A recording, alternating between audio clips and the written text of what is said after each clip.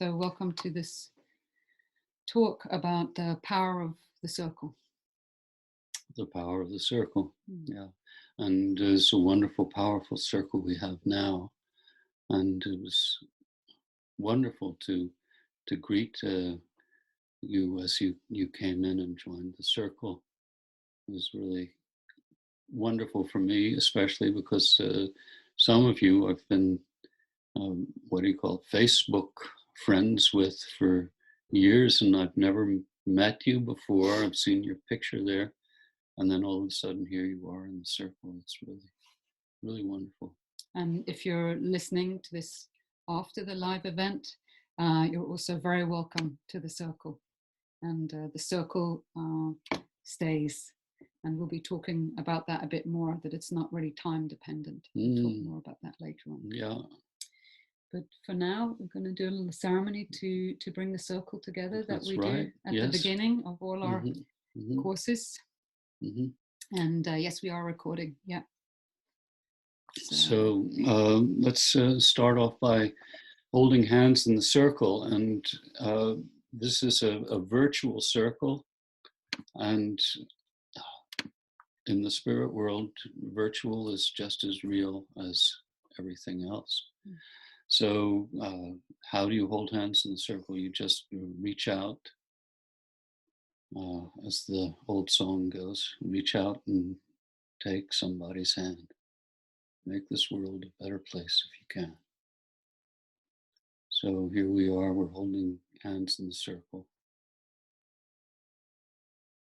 And just calmly breathe in and breathe out. And follow your breath for a few moments. Feel yourself right exactly where you are. And feel your place in the circle. Feel your place in the circle. And perhaps you feel a slight tingling in your hands. That's the power of the circle. And just let the power of the circle flow through you.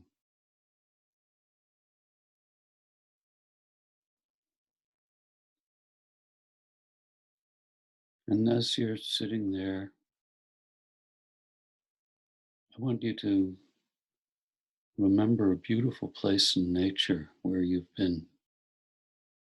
Maybe it's even your favorite place in nature. Or maybe it's a place that you came across quite by accident. You've never been there since then, but when you were there, it really spoke to your heart. And you felt yourself there in this magical place. And recall that feeling.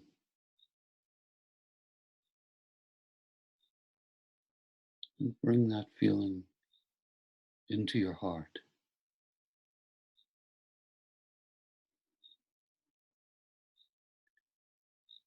And bring that feeling back to where you are now, sitting in the circle.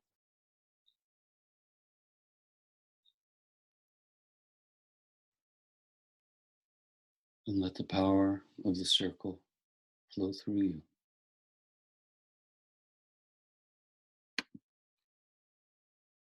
And let the power of the universe flow through you.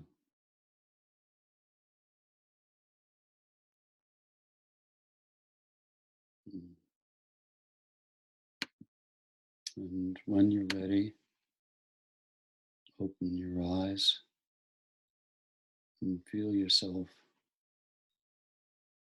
right here, right now. Here we are, the only place to be, right here. Thank you. Thank you. And thank you all for joining us in this circle. so wonderful, because this is one of our favorite things, or my favorite thing, certainly, to talk about. And I love it because the circle just keeps expanding. It doesn't lose its shape as long as we hold it. And so there is room for everybody. We just sort of expand it. And so today we want to talk to you about how we work with circles on our courses and in our practice and in our lives. And just want to say at the beginning that there are many different traditions from different shamanic ways of working that work with circles and cycles. And we will not be talking about any of that. We're talking about our own experiences from sitting in circle and from working with the spirits. So that's what we'll be sharing with you today, our own experience. I want to say a bit about how we begin when we hold a course. Is the first thing we do is we set up the center, the altar at the center. And then from that, we set up the circle. So in a way, for me, the circle always comes from the center. And then we connect the center and the circle. And so when you come on a course, a physical course with us, or an online course, then we have everybody connects themselves to that center. And so that makes for a very special shape and flow and energy when there is a very strong core in the middle, in the center, and a very round circle around it. And so if you think about a wheel, a bicycle wheel, it can only move because it has the big circle and they're all connected to the center. So for me, a circle without a center cannot hold. And a center without a circle is lacking. So it's these two things that together make up the space for that we invite the spirits into. I was just thinking about the center without the circle. That's sort of a lonely place to be. You know, waiting, waiting. And it's so interesting because a lot of people in my years of doing healing work, a lot of people come to me and they say, well, I just feel alone. I just feel alone.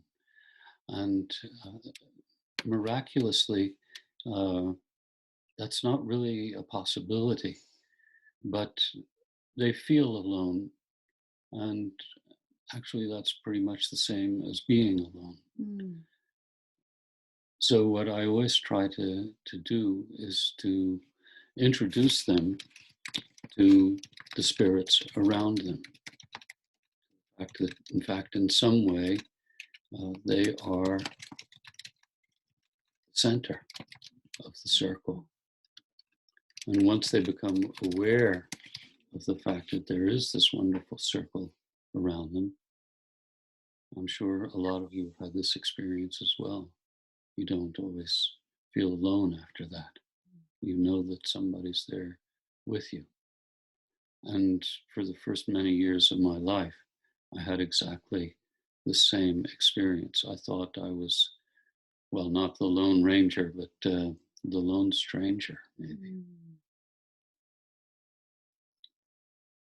So I think that one of the wonderful things about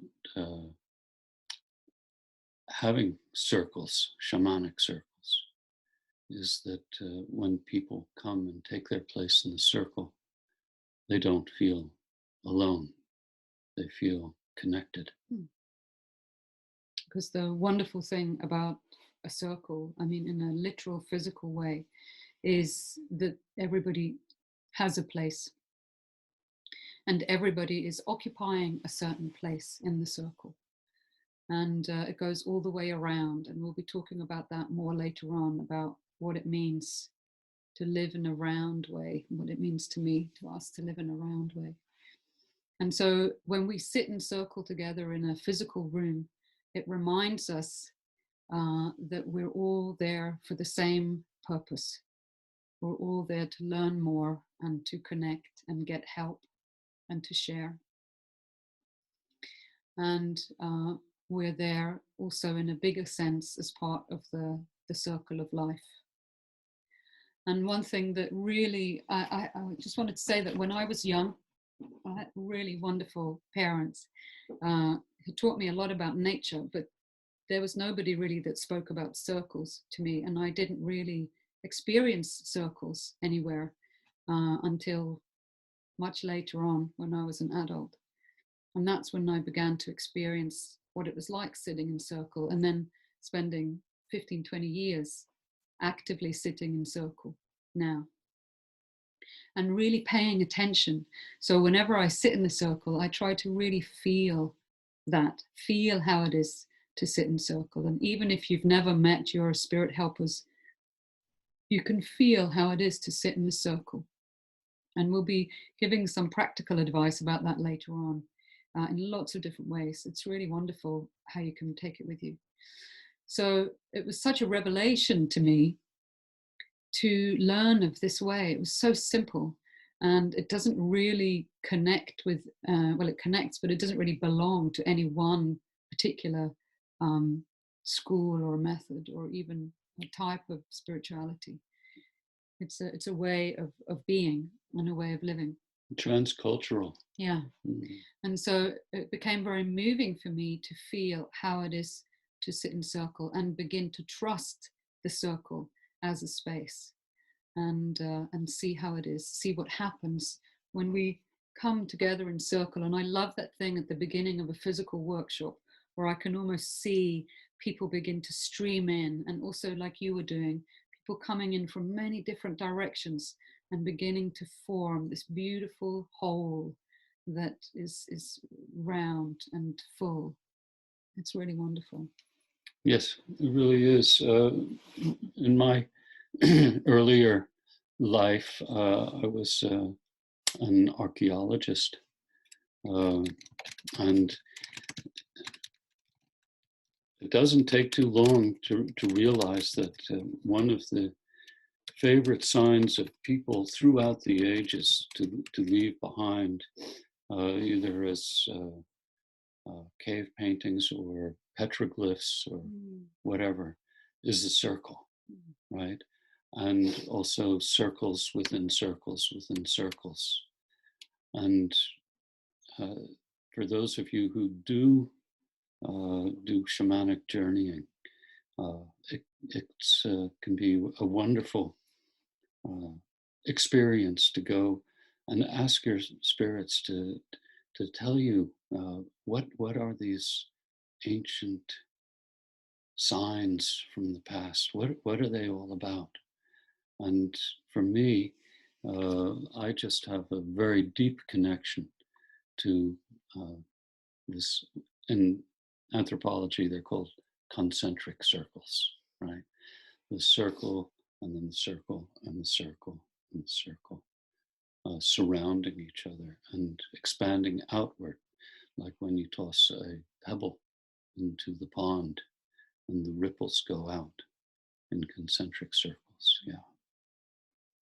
And what I really love about this way of sitting that we said is not only a circle, but also a center.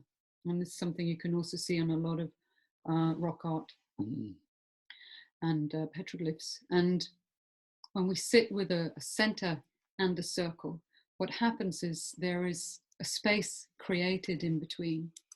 And in a way, I feel that that is the space that the work happens in. And for me, a lot about shamanic work, once you start to work and learn how to really communicate with the spirits and have a good relationship with them, then a lot of it, I feel, is about really paying attention and making space. This is one of the main things. We as humans, we have our intention and we have our connection and we pay attention, and then we make space for the spirits to come in and do what they do. And so I always love that space that's formed between the center and the circle as the sort of space where magic happens. And something that the spirits showed me years and years ago, which was very moving for me, was they suddenly showed me, we were sitting in circle, and I suddenly saw that it was not just a human circle, but it was also a circle of spirit helpers, of spirits. And they said to me, when you humans come together and sit in circle, you also help us to sit in circle. We sit in circle with you, but we also sit in circle with each other. And the experience that I had of this was that they were with us, helping us, supporting us, making our circle strong. But they were also there with their own agenda, in a way, talking to each other. And I found that very moving, that by us humans coming together, we make space for the spirits to come in and do their work. Not only the work in helping us humans to live, but the work that they need to do in ways that we might not even be able to see and understand quite yet. So for me, the circle is a very sacred space to hold. There's another thing that for me is really important about the circle is that there is an absence of hierarchy when we sit in circle. Okay, when we have courses and we're sitting together in the circle, Zara and I are the people who are holding the course, right? But that doesn't mean that we're better in any way. It means that we are trying to hold the course. Or holding the space. Holding the space. And then the spirits are the ones who are doing the real work. And as Zara said, they are there also in the circle. So it's a non-hierarchical entity. And it's so wonderful to experience that. So often in life, we find ourselves at some place in a power pyramid. And for most of us, if we look at it like that, we're sort of toward the bottom, right? Because our world is set up in the very strange way that it's set up. But when we're sitting in circle, we're all sitting there together. And another thing that I really love is that we're not sitting there just human beings. As Zara was just talking about, the spirits are there too. And one thing that I do when I am feeling alone, I go into nature and I sit in circle with the trees, for example. And maybe there's a boulder there. Here in southern Sweden, we have a lot of big stones. So there's generally a boulder there and maybe some ferns growing. And I just say, okay, here we are, sitting in our circle. And maybe you've seen these wonderful diagrams. Sometimes they appear in Facebook or online. And one is of a triangle, and it says ecosystem with a G, ecosystem, with the humans at the top, you know, and then the earth and some animals. And then there's another one that is a circle that is, you know, ecosystem. So to go from ecosystem to ecosystem, and to go from the idea of a kind of top to bottom structure and into a circle is such a wonderful thing. And a little bit later on, we'll also be talking more about how I feel, certainly, and how you feel, how the circle is such a nourishing place to be because of its roundness. Absolutely. And moving into the center of a circle is a very empowering thing to do. Yeah. And when we do our healing work, we generally have the person who is asked for healing to be, or the people, the persons, to be in the center of the circle. And so again, whether you're 30 people or 300 or 3 people, set up a center and set up a circle. And if you have a center, you will have a circle because you'll all be connected to that same middle, that same purpose. And so we want to move on now and talk a little bit about circles of power. This talk is called The Power of the Circle. We want to talk a little bit about circles of power and also protection, which is actually something we don't work with. We work with power, not protection. And so we want to tell you a little bit about what we mean by that. And sometimes some of you might have experience of, if you're outside in nature doing some work, or inside, you might feel that you like to create a circle of protection around you.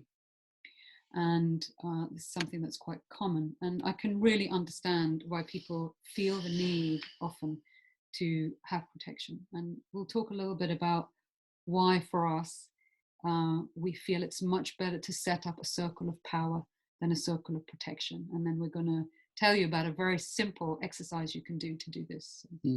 Should we do that now? Well, maybe you say a little bit about why power instead of protection, and then give them the exercise. You do it every way you want. Right.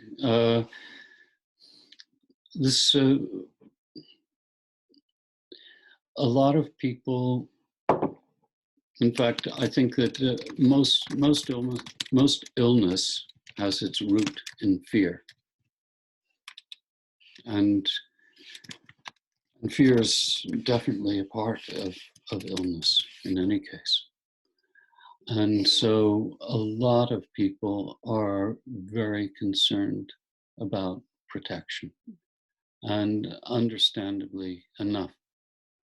If you were not like Zara, but brought up in a system where children were beaten, for example, children are beaten, then that can really make you want to be protected, right? And in fact, our culture, for all the good things about it, is set up in a hierarchical way, and the people at the top are in some way or another beating the people in the bottom, right?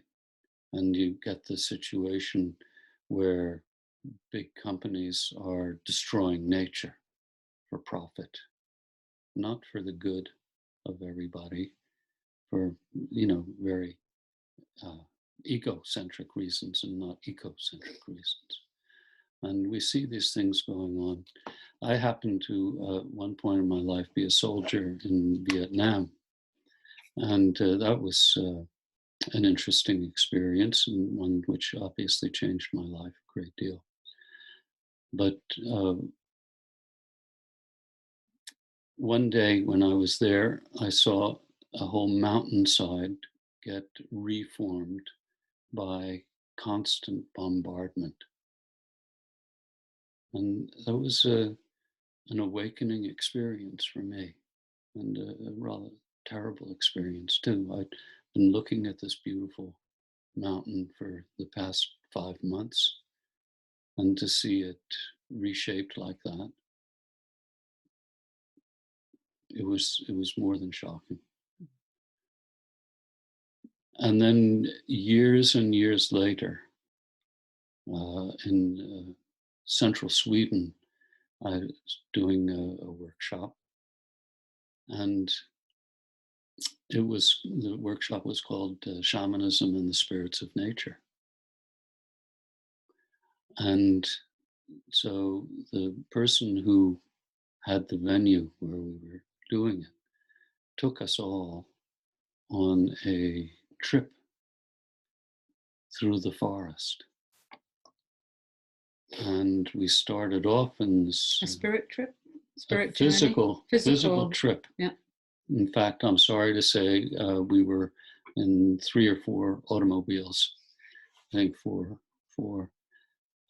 packed automobiles, and going through this forest road. And when we started, it was this pristine old forest. I don't know if it was an ancient forest, I don't believe so. But the trees were old, big, beautiful trees. And it ended where the forest had been cut down weeks before. And it reminded me so much of that mountain in Vietnam, both visually and also emotionally. And the world doesn't need that. And this is about the absence of circles, right? This is when the power from the top of the pyramid uh, falls down heavily at the base. Right? In the circles, you don't have this. In the circles, there's recognition of equality. Every point in the circle has the same value as every other point in the circle. And speaking very personally, when I was young, I actually felt a great need for protection. And what happened as I started to work with the spirits and learning a lot more about power and what power is and what power can be, not power over, not controlling power, but life force power. Then I came to realize over quite a few years with some healing and soul retrieval work done, that when I'm afraid or when I feel weak, if I ask for protection, it's like I build a wall around me. And that can be in the short term a very, very helpful thing and sometimes necessary. But in the long term, if I keep building walls around me, more and more and more walls, finally, I can't see out and I can't touch life. And okay, no one can touch me, but I can't touch anything either. And I sort of end up in a corner, just with lots of walls around me. And so the thing that I started doing was like, and I say over a long period of time with a lot of healing work, was trying to work more on filling myself with power, with healing, with being connected to power. And so if I now, because the fear doesn't go away, I still get afraid, I still feel challenged. But when I feel that, my question to my spirits, what I ask for help for, I don't say, please protect me. I say, please help me to give me the power to face this. Stand with me in power so I can face this. And then I remain open to it. And John, you had a wonderful question about being open, which I hope we'll get to. But I can remain open to it, which means that I can learn from it. And most importantly of everything, it means that I get more life experience and I begin to trust myself more. Because I go through these things and I am able to face them, I begin to trust myself and I trust my spirits. And this doesn't have to happen in one fell swoop. I don't have to be really brave and courageous. It can be a wonderful balance in the beginning, and sometimes you go, oh, just please protect me, put a wall up. And in the long term, please don't put a wall between you and life. Just ask for the power you need to be with what's happening. That's right. And so this is why we say to, rather than make this wall that separates you from life, fill yourself with power so that you can step into life. Right? And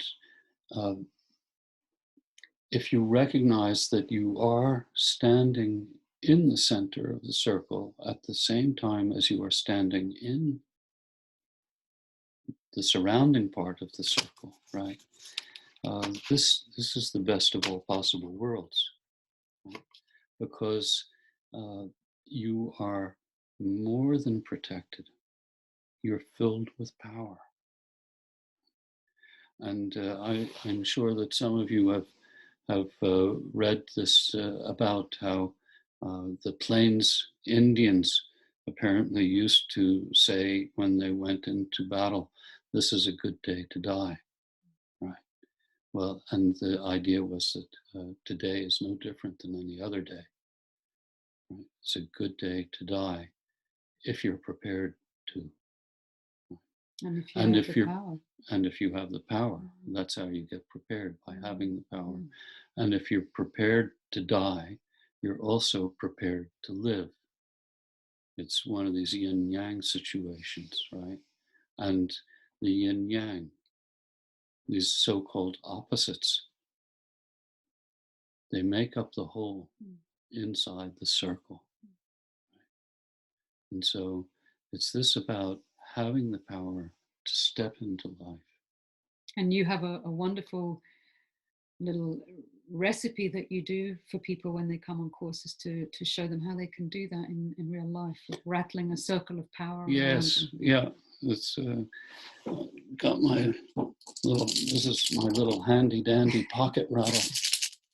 And it goes with me wherever I go. One time I went through customs and they took the handle out and then they poured everything out. And, oh, well, this is part of living in the 21st century. Right? People aren't used to having other people walking around with rattles. It gets very handy though. But anyway, if you have a rattle, which if you don't have, please get one quickly. Make one. They're very easy to make. Anyway, take a rattle and then just stop where you are. Right? Stop. And call your spirits. Say, I've got to go to court today. They caught me going through the red light, I need help. Right? Or I've got to go see the doctor today. I've had this strange pain in my back for 3 months. And now I'm going to the doctor, right? I'm going to meet this wonderful person in an hour and a half. And I've been wanting to meet her for 3 years. Finally, it's going to happen. I need some power, right? All kinds of opportunities for doing this. Yeah. So you take your rattle and then you rattle a circle around yourself, calling your spirits, asking them to rattle the circle of power around you, asking the spirit of your rattle to rattle the circle of power around you. And then after you've done that, don't stop rattling, but take a step and take that circle of power with you, right? And then you rattle some more, right? All the way around. And then you take another step. And then finally, you feel like you are walking in power, right? This is not protection. This is being filled with power so that whatever life throws you, you're there for it. So maybe she doesn't show up, Well, what am I going? It's a beautiful evening. I think I'll go for a walk in the park. And then all of a sudden, there she is running across the park and say, oh, I'm so sorry I'm late. I'm so sorry I'm late. Forget it. Everything's fine. And so Lona asked, do you turn around when you rattle in this circle of power? Yes, I do. Yes, I do. And this is a really great exercise to do wherever you are on your shamanic path. And you can really do it as a regular practice, not even for any particular reason, but to get to know how it feels to be in a circle of power. And you do it really slowly, paying a lot of attention, and so that as you take the step, you can sort of feel, as the power coming with me, and then rattling again, and begin to feel the difference of different kind of volumes of power. And as we said last week in the introductory talk to shamanism, which is on our YouTube channel, we talked a lot about power and the difference between kraft and makt, different ways of working with power, which is either flowing with power like in kraft or controlling power like in makt, which is personally we don't feel is very helpful. So then you can begin to really develop your spirit antenna and your spirit senses about how it feels. And so then when you're in a sticky situation and you ask for power, then you can feel if it comes, and you can begin to trust it even more.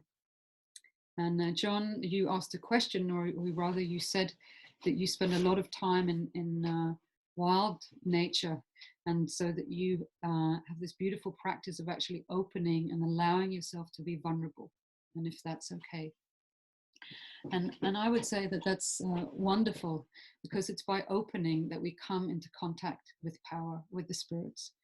At the same time, it's very good to be, when we're in really unknown territory, it's good to always be with a trusted spirit helper or a trusted nature helper, you know, and not be foolish, be wise, but still allow yourself to be open rather than closed. And then your spirits can give you good advice, saying, I think you should turn left here, not right, or I think it's time to turn around and go home. So it's this wonderful balance. Jonathan talked about the yin and the yang. You know, you don't have anything to prove. You're just trying to really sense the connection and sense the power. When you move into the spirit world, it's always good to have somebody with you, somebody, spirit somebody, right? And so your question, when you asked it, John, I wasn't exactly sure what you meant about being vulnerable, or opening yourself up to being vulnerable, because we are vulnerable in the first place. You don't have to make yourself more vulnerable, right? But at the same time, it's good to open yourself, think about it as opening yourself up to the power of the forest, right? And if you want to, something that I do when I go to the forest is I'm looking around at everybody. And when I say everybody, I'm talking about the trees and the boulders and the fallen branches and all those people, right?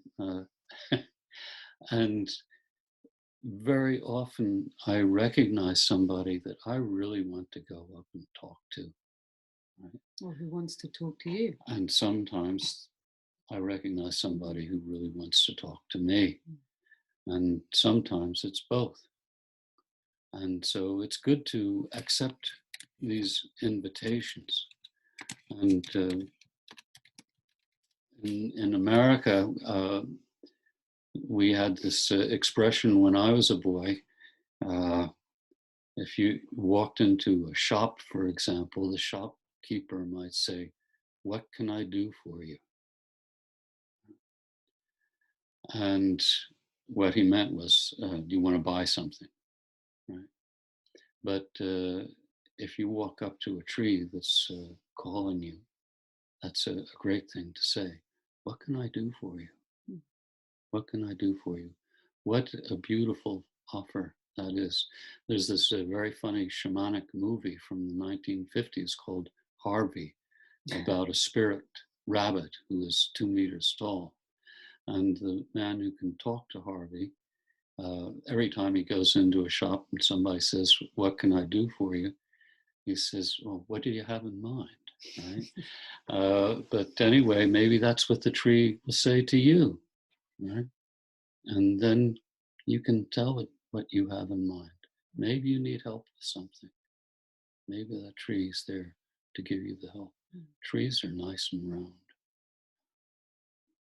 So we're going to move into a little ceremony now. And if you have a round object with you, then I would ask that you pick it up and hold it in your hand.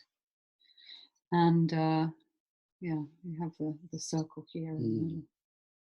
So, on the bottom too. Pueblo pot from Acoma. From Acoma. What's the name of the potter? Norma Jean Ortiz. Yeah. And so if you don't have a round object, physical object with you, then just look at your hand and feel like a circle in your palm, okay? So feel a circle in your palm. And you might feel that circle in your palm anyway as you hold the round object. And so this is a very small round ceremony. So we would invite you, if you want, to either to close your eyes, or you can look down at the round object and really feel your connection with it as I talk you through the next phase. So just sit there for a moment and feel the roundness of the being that's in your hands. And see if you can, either with your eyes or with your inner vision, all your senses, begin to feel all the way around the circle. Start somewhere. The wonderful thing about circles is you can start anywhere, and it's always round. So just bring your spirit senses to the roundness of the object, either with your eyes open or closed, and then move around. Just allow yourself in your own time, just move all the way around, just feeling how that feels, feeling the power of that circle. It might be a very soft power, it might be a gentle, delicate power, it might be a very sturdy, clear power, it might be a very earthy power or an airy power. Just notice it and let it be in your hands. And as you do that, I'm asking the spirit of the circle, not the spirit of this circle, but the spirit of all circles, the spirit of circle, to be with us and to just be with us and help us and teach us. And maybe you'll become aware of the spirit of circle here with you, with all of us, holding all of us. And if you become aware of it, and even if you're not, you can send it a greeting from your heart. Thank you for coming. Even if I'm not sure you're here or not, I welcome you anyway, Spirit of Circle. And as you hold this beautiful round object in your hand, sensing the power of its roundness, of its circle, and the presence, the invitation of the Spirit of Circle to be here with us. Move your awareness into yourself, into your body.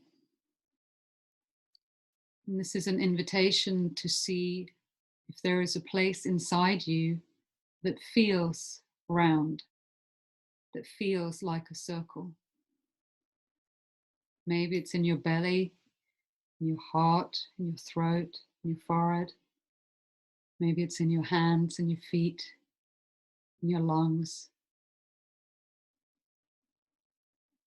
Just see if you can come into contact with a roundness inside you, with a circle inside you. And just be in contact with that. Just know that it's there and it has the potential to be there, and that you too are part of the circle. The power of the circle is naturally part of you. And if you like to have it there and to feel that connection, just open your heart and invite the power of the circle to you. Invite the connection to the Spirit of Circles.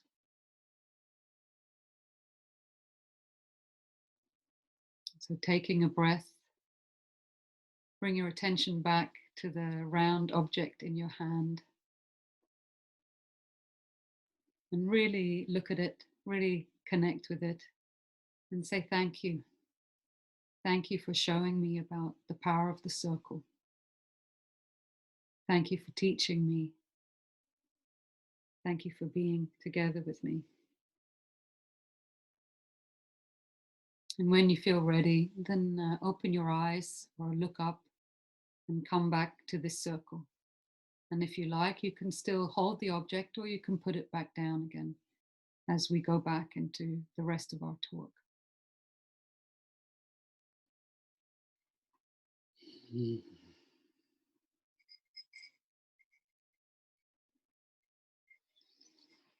And so I want to move into a part of the talk now, which is about how we can walk with the power of the circle in everyday life. And for me, this was a kind of a revelation a few years ago when my spirits showed me how to do this. And it's a really wonderful thing to sit with other human beings in circle. But sometimes that's not possible. It might be because we're with people who don't know how to sit in circle, or have never tried it, or aren't particularly interested in it. And so some years ago, the spirits were showing me, I was in Stockholm, and I was walking down a pretty big road, and I was going to a meeting for a writing job that I was undertaking at the time. And I had been there many times, and I had made it a tradition that before I went into the building, I would stop and talk to a tree outside and ask for help and guidance for the day, ask for help to do a good job and to listen and to be present, and if there was anything I needed to be aware of for that meeting that day. And when I was walking down the street to see that tree, I was aware that I was having very mixed feelings about going to this meeting. And I felt that there was some unresolved conflict. And I wasn't looking forward to facing that. And then my spirit said to me, just think of you all as a circle. And approach it as a circle. Approach it as if you are sitting in circle. And so that's what I did. And they did not know that I was sitting in circle with them.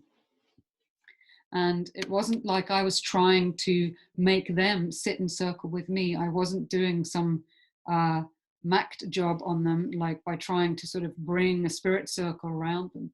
No, not at all.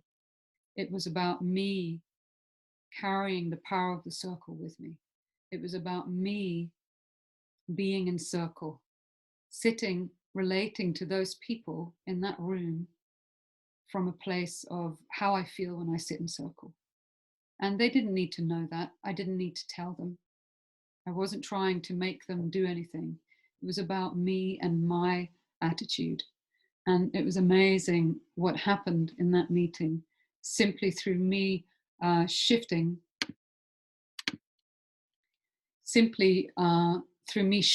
from a place of kind of coming in a fear or conflict or worry, anxiousness, to a place where I decided in my heart to sit with them as if I was sitting in circle.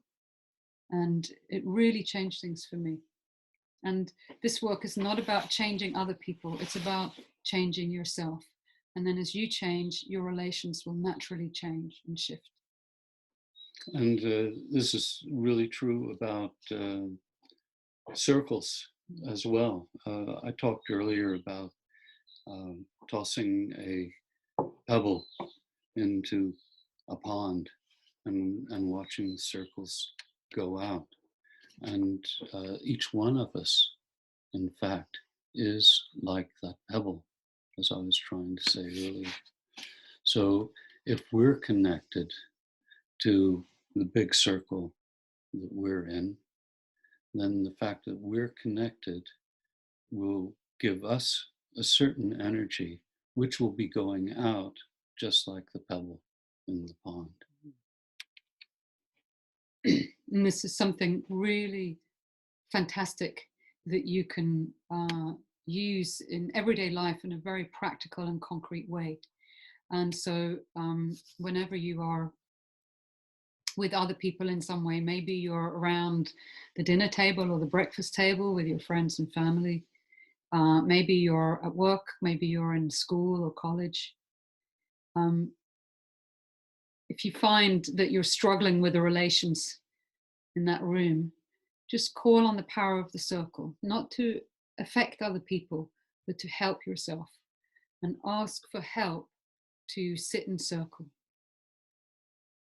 And really notice what happens when you do that. I'm not saying it's a quick fix. Sometimes sitting in circle can be a very powerful and challenging place to be. but it's a round place and it has its own very strong healing qualities.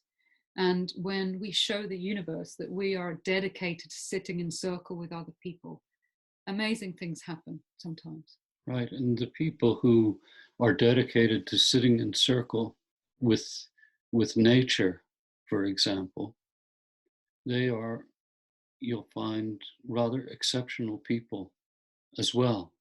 It's the same thing. It's opening up to the power of the circle, the larger circle. And this is a very, very wonderful practice. And I think a lot of us have experienced meeting people who live rough, as they say, right? And these people have a certain wisdom because they know that they're not alone. And, we have some good friends who spend time out in nature, and they carry that power with them because they're sitting in circle, living in circle with nature. And we all are. We all are. But most of us don't open up to that very simple fact. But as soon as you do, your life starts to change because you become aware of being in a bigger circle. And right now I'm sitting in on the other side of the screen here. There's this beautiful, beautiful fir tree. And I watch this tree all year long. And I've been watching it all year long for 13 years now. And it's only about 5 times bushier now than it was 13 years ago. And just now it's reaching out with little tiny light green shoots at the end of each branch and each branchlet, right? Just covered with these little dots of bright, almost fluorescent green. Gran, it's called in Swedish, yeah. We're in circle together, right?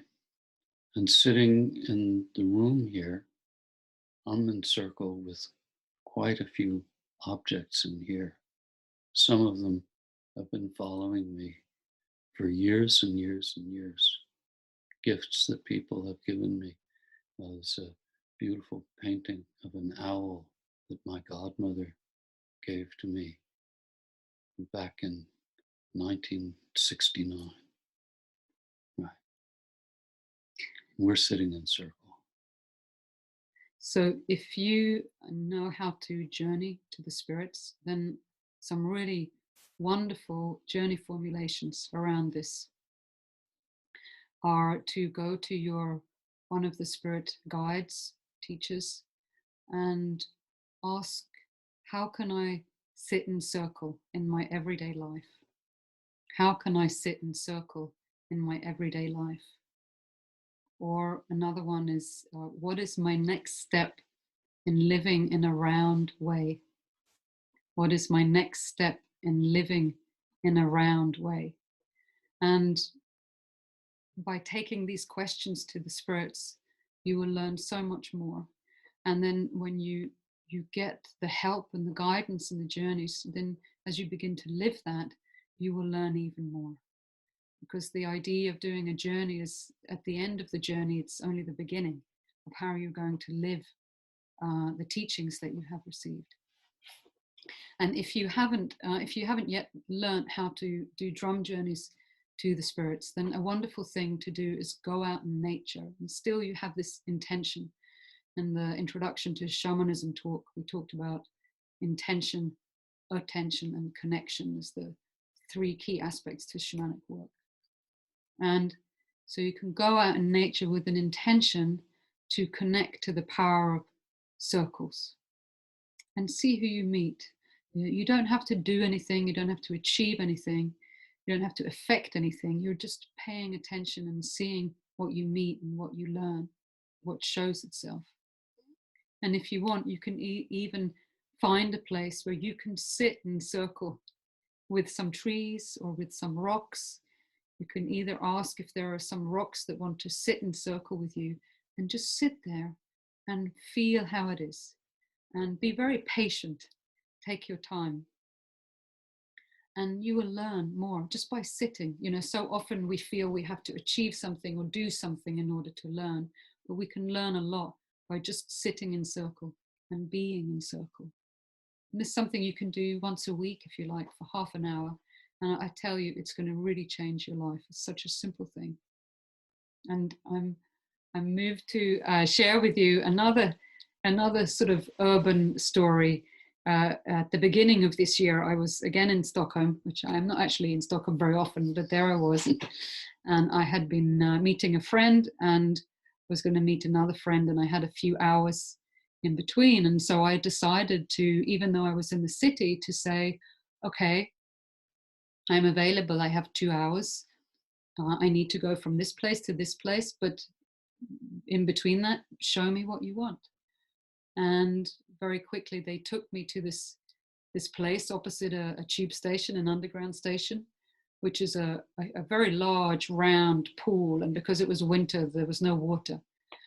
And I ended up staying there for about an hour doing ceremony, walking around.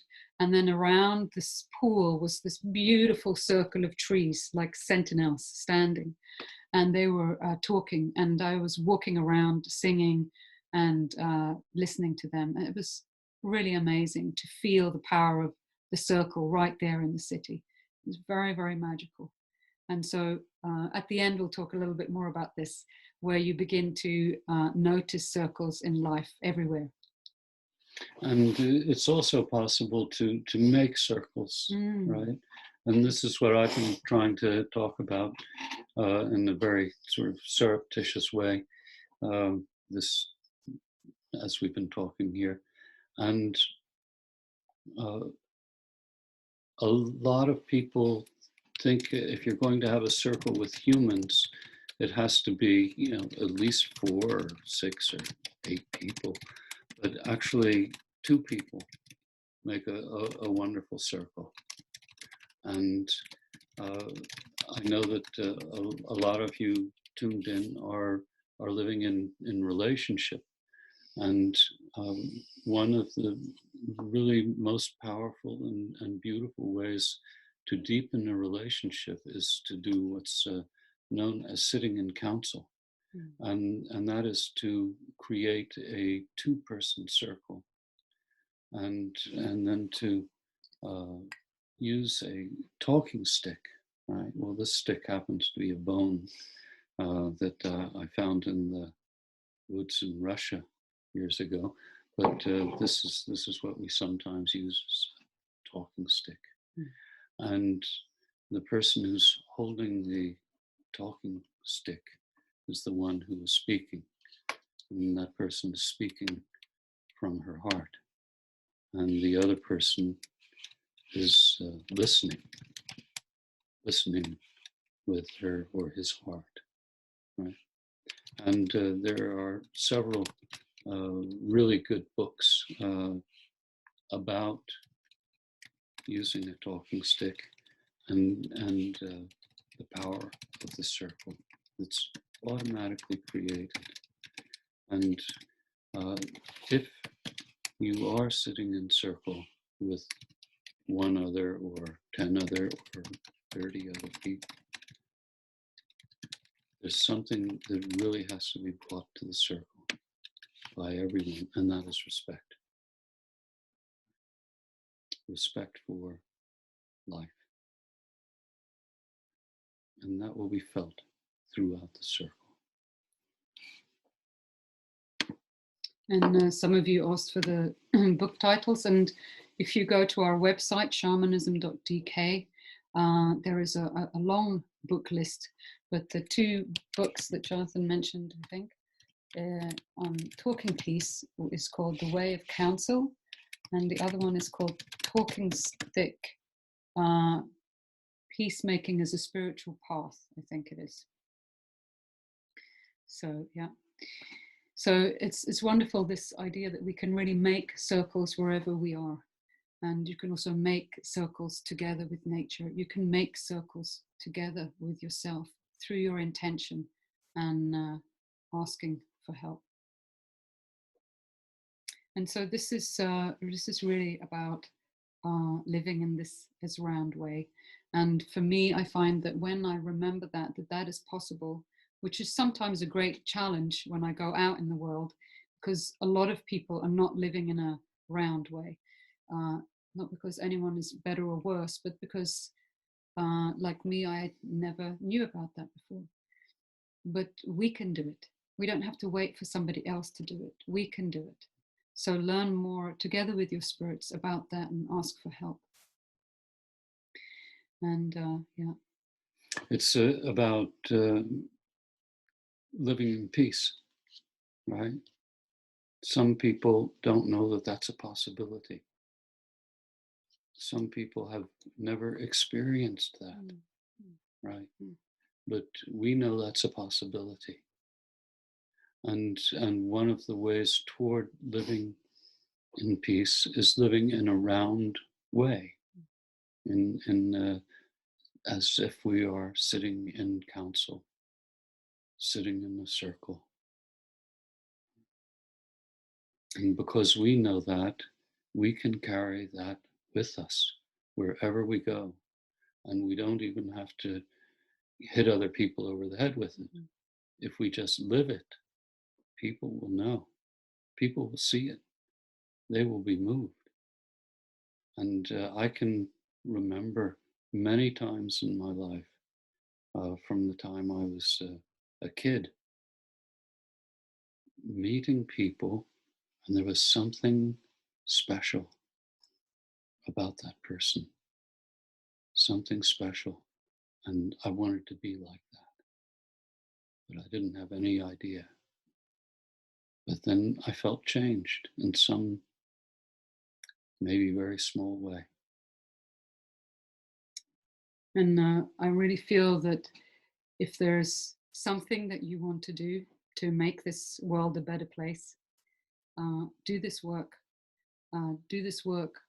Work up gradually of learning more about what it means for you and your spirits to live in circle, to live in a circular way, in a round way, and then begin to build that up and take it with you. You can just make little experiments, like when you go to the store, the shop, or when you take a bus, just small moments when you're with your family. And really, this is a very, very powerful thing we can all do that will affect things around us to a great degree. And it might feel like you're not really doing very much, but if you're walking with this sense of the circle, it can really have a big effect. Yeah, there's another rattle ritual recipe that I have, and I think I describe it online in one of the, Power in the Hand. Power in the Hand. We have an article on our website called Power in the Hand. On the library page. On the library page. It's about this guy, the rattle, right? And so when you do that recipe that I talk about, the rattle ritual recipe, you put yourself in the center of a circle, right? And you feel the power of the universe. So you might want to read that article. It's such a simple thing to do. And if you know that you're going to have a challenging experience after you leave home in the morning, I really highly recommend that you do this and see what happens. Yeah. And Lisa asked a question about Lisa Khan. Could you say something about round time? And this is what we want to move into now, in fact. And we could have a very long talk about round time. So we're not going to go into all the ins and outs, and there's a lot of different traditions. We'll just say a little bit about what round time means to us. And I guess the simplest way of thinking about it for me is often we visualize or think about our life as a straight line with birth here and death here and somehow there, or maybe hopefully like that, like this achieving arrow going up. And that is an incredibly different approach than to say, okay, I come into the world here and I live in this round way and I exit the world very close to where I came in. And if we see time in a round way, then endings and beginnings are touching each other. They're right there next to each other, rather than in this way of the straight line where they're very far away from each other and seen as an opposite. And so for me, that is one of the most beautiful things. I work a lot with endings and beginnings, with ceremony and thresholds and blessings. And we'll probably have another talk about that sometime in the summer. But just to be aware of that time is cyclical, means that I have a very different relationship to time. It's not where am I on the line, it's where am I on the cycle. And it also means that as I work with an ending, I know the beginning is about to begin. And for those of you who've watched our talk on shamanism, death, life, and rebirth, which is on the YouTube channel, you hear us talking about that more there, about how to prepare for death or for an end of some kind, and seeing it as part of the cycle. And nature is set up in cycles, right? And in the old days, clocks used to be round, right? It's not the case anymore, but some are. Yeah. And we have a wonderful clock that was given to us by wonderful people, and it's an electric clock with batteries, and it has birds all the way around it, or however it turns out on the screen. And when it gets to the hour, a different bird sings, right? And but our clock has developed in a very wonderful way, and that is that every once in a while it decides to go out of time, right? And sometimes it will lose 20 minutes in 24 hours. And right around the winter solstice, we let it, right? And so by the time the Christmas period is finished, often the clock is like 3 days behind, right? It's just wonderful. And it takes us away totally from this linear idea of time. And so if I guess some of you, you're in a life where you do have to wear a wristwatch. But I realized some years ago that I did not live that kind of life. And I have a beautiful wristwatch that my mother gave to my father as a wedding present. I don't wear it. Every once in a while I take it out and look at it and think of them. And when I do, it's again more about circular time than linear time, because they're both out of time now, way outside of time. Yeah. And just got a question from Wanbai about spirals, but we don't have time to talk about that here because it's quite a different thing. But I really recommend this book by Jill Peirce called I think it's called The Mystic Spiral. Yeah. It's very, very, very interesting. But yeah, I also wanted to talk a little bit more about cycles. And where we live here in Scandinavia, we live in a 4-season year. even though the winters are not so cold and the summers are not so hot. It's still a 4-season year.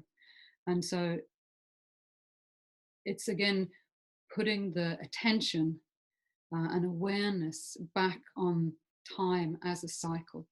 And so I find that partly because we are living in nature, but actually any time you can do it, even if you live in a city, is to try and tune into the energy of the season. And it can be very clear. And I often think, how does a tree know when to put out its leaves? And there are lots of reasons for this. How does a particular flower know when to flower? Because it's not as if they say, okay, now it's 3rd of March, go on. So there's a lot of biological factors in this, but there's also a certain energy that just shifts as you go through the cycle of the year. And this can be very interesting to begin to pay more attention to. Maybe some of you, I'm sure, also working with moon cycles. So just to be aware of, when is it a good time to be out? When is a good time for action? When it is a good time to be still with reflection? When I'm working with cycles, as we said at the beginning, there is a place for everything. There's a time for everything. It's not that action is better than stillness. It's just the right time for action, the right time for stillness. And I work a lot with my spirits about this, that, okay, tell me when the right time is to take this step. Tell me when the right time is to write that email. Tell me when the right time is to go out to the airport. And so when we're on this cycle, everything is moving, everything has its place. And it's more that I'm tuned into the right moment. So I'm in alignment with that cycle of life.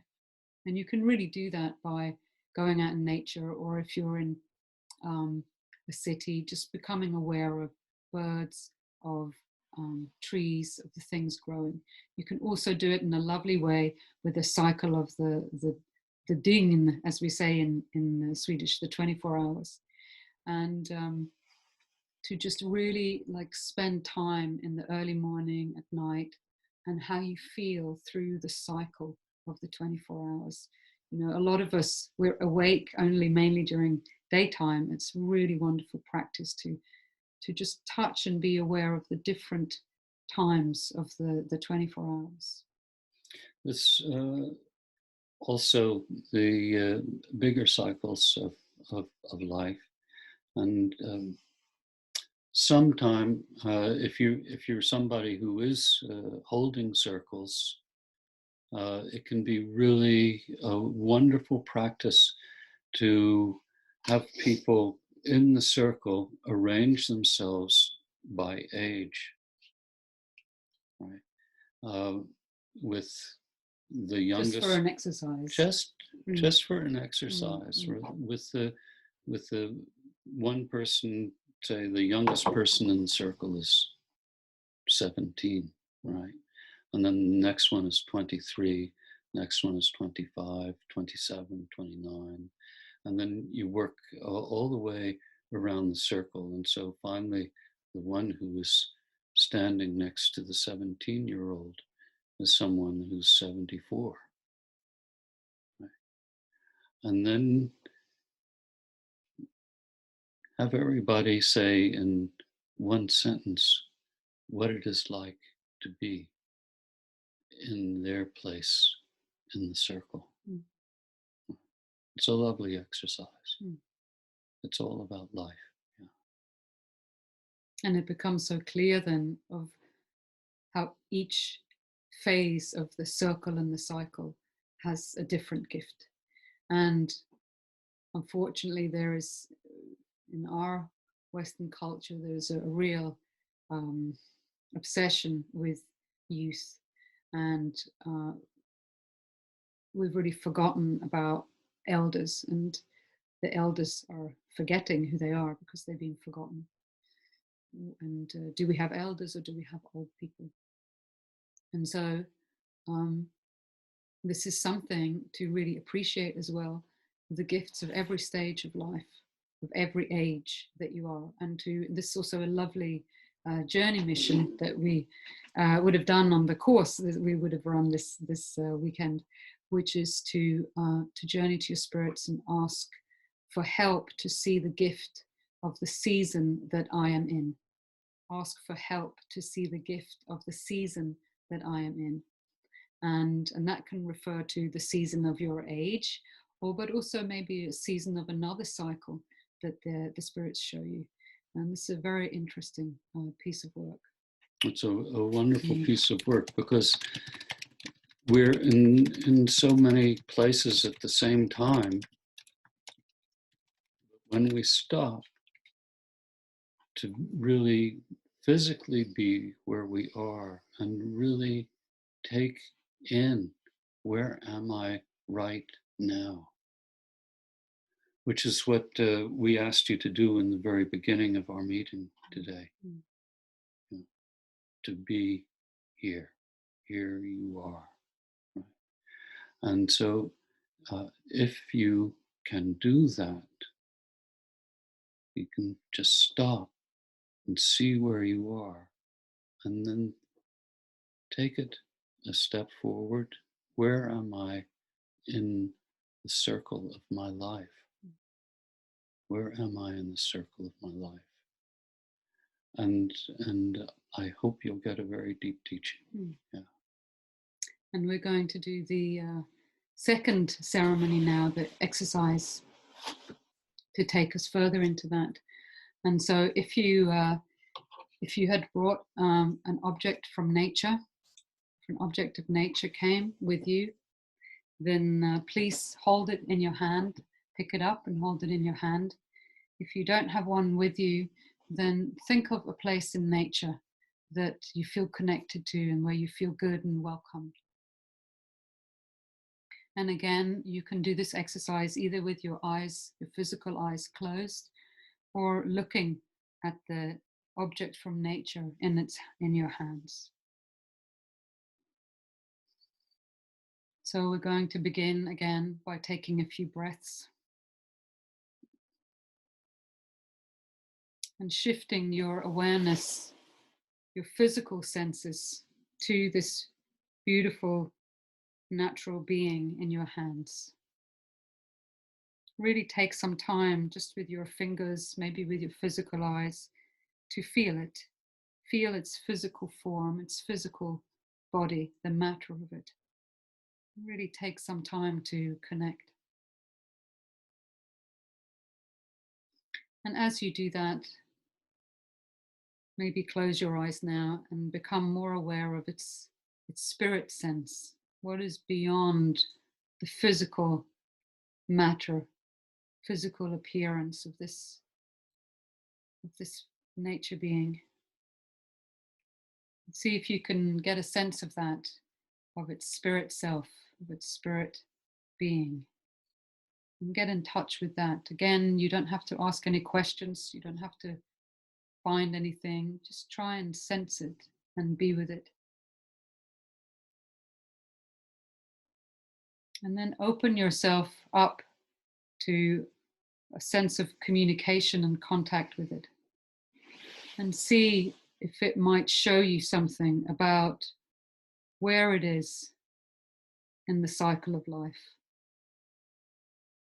Where is it in the cycle of life? Maybe it's something as simple as being in the autumn of its days, or being in a much larger time scale, or even timeless. Maybe it's something else that it's showing you beyond the physical appearance, about the place it's in on the cycle of life. And try to just become aware of that and sense that. And as you do that, try to feel how that relates to you. How do you feel about that part, that aspect of the cycle of life? Are you feeling joyful, welcoming, anxious, repulsed, unsure, happy? Just notice that. Just notice your own relationship with that aspect of the cycle of life.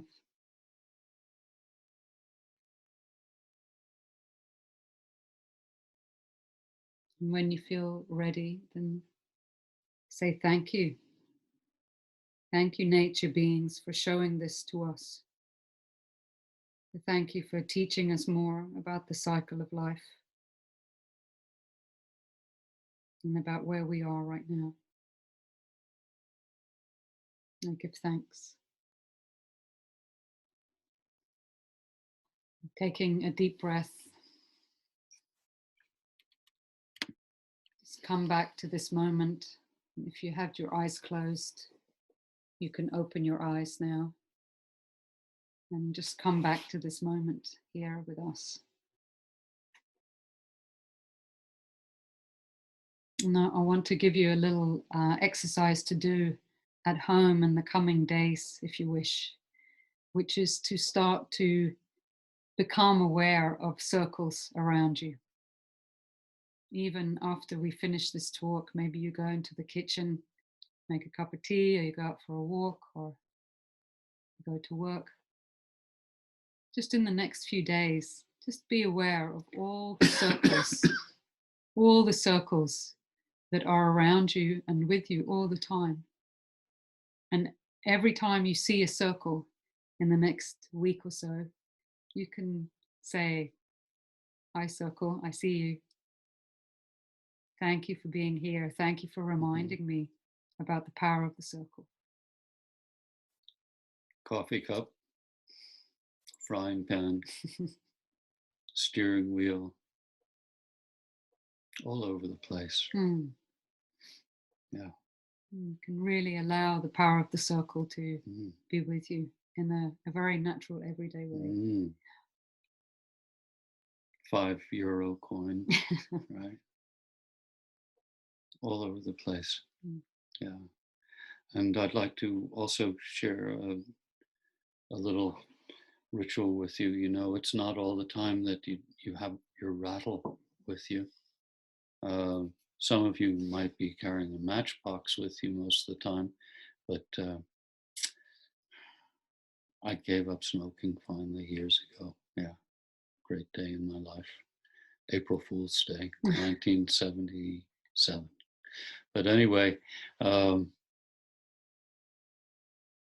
sometimes we need help, very unexpectedly, right? When this happens, stop, breathe,